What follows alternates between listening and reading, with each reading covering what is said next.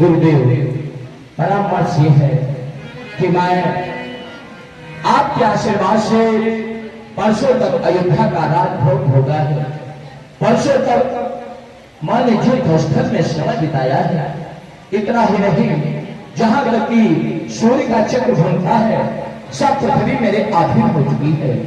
आपके ही द्वारा, आपके ही आशीर्वाद से हमें चक्रवर्ती चूड़ामणि का पद प्राप्त हुआ है। परंतु गुरुदेव, आखिर हम तो एक पृथ्वी लोक का साधारण मानव है, इसलिए कार्य तो सही करने होंगे। गुरुदेव, जो अवस्था में बहुत सी भोग भोगी, परंतु आप सामने वृद्धावस्था आ रही है। हे देव, उतरता है सर से अब मेरे प्रेत जवानी का, देखिए सूखता जाता है अपना ये खेत जवानी का। वृद्धावस्था अब रानी है, तरुणावस्था अब बांदी है, मेरे सोने ही सोने में हो रही चांद की चांदी है। गुरुदेव, मैं अब वृद्धावस्था को प्राप्त हो रहा हूं, इसलिए हमारे हृदय में विचार ये उत्पन्न हुआ है, क्यों ना नाथ राम कर है जुबराजो, कभी कृपा करी करी समाज। राम जुबराज बनने की योग्य हो गए हैं, प्रजा उनका आदर भी करती है, इसलिए क्यों ना अब राम का राज तिलक करके राम को युवराज बनाकर मैं भी अपने पूर्वजों की भांति राजपाट धमधाम छोड़कर वानप्रस्थ धारण कर लूं।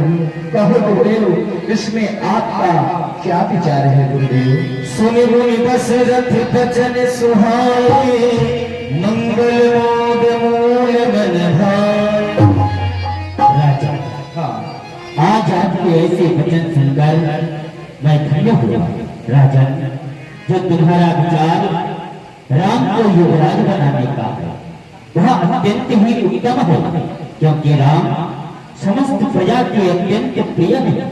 समस्त प्रजा उन्हें अपना स्वामी मानती है, उनका सम्मान करती है। यह तो विचार आपका अत्यंत ही उत्तम है। परंतु राजन, जो आपने हमारी सम्मुख दूसरा प्रस्ताव रखा कि आपका वृद्धावस्था आ रही है, इसलिए आप वानप्रस्थ धारण करना चाहते हैं।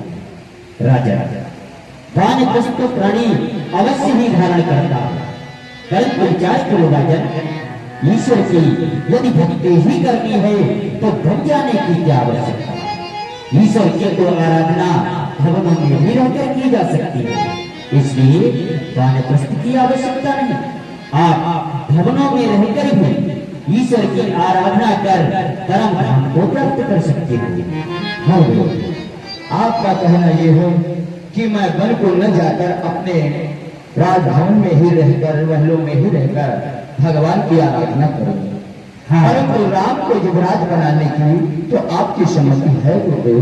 हाँ राजा, यह आपका विचार अत्यंत ही उत्तम है। यदि इस बात से आप सहमति दे रहे हैं तो कृपा करके बताइए, वो शुभ मुहूर्त कब होगा? हम राम को युवराज कब बनाए गुरुदेव?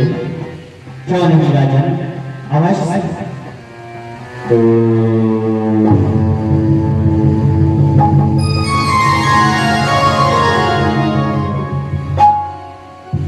वाह राजन वाह, आज अत्यंत ही पावन अवसर पर आपके मुख से राम को युवराज बनाने के वचन निकले।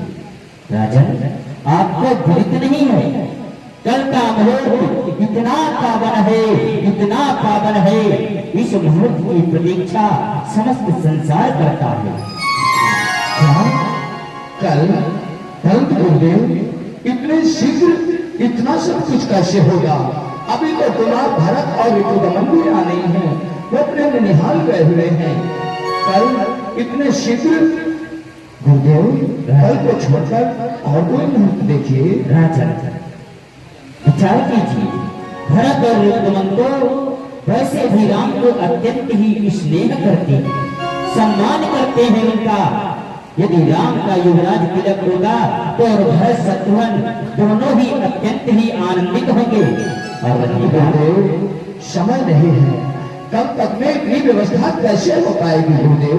कोई दूसरा समय देखिए, दूसरी लग्न सोच कर बताइए। राजन, यदि आपकी इच्छा है तो मैं विचार करके अवश्य देखूंगा, परंतु ये मुहूर्त अत्यंत ही पावन है।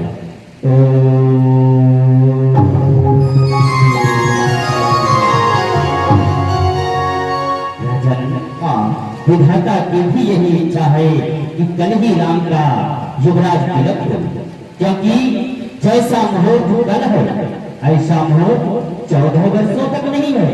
14 वर्षों के उपरांत ही ऐसा मुहूर्त आएगा। 14 वर्षों के बाद?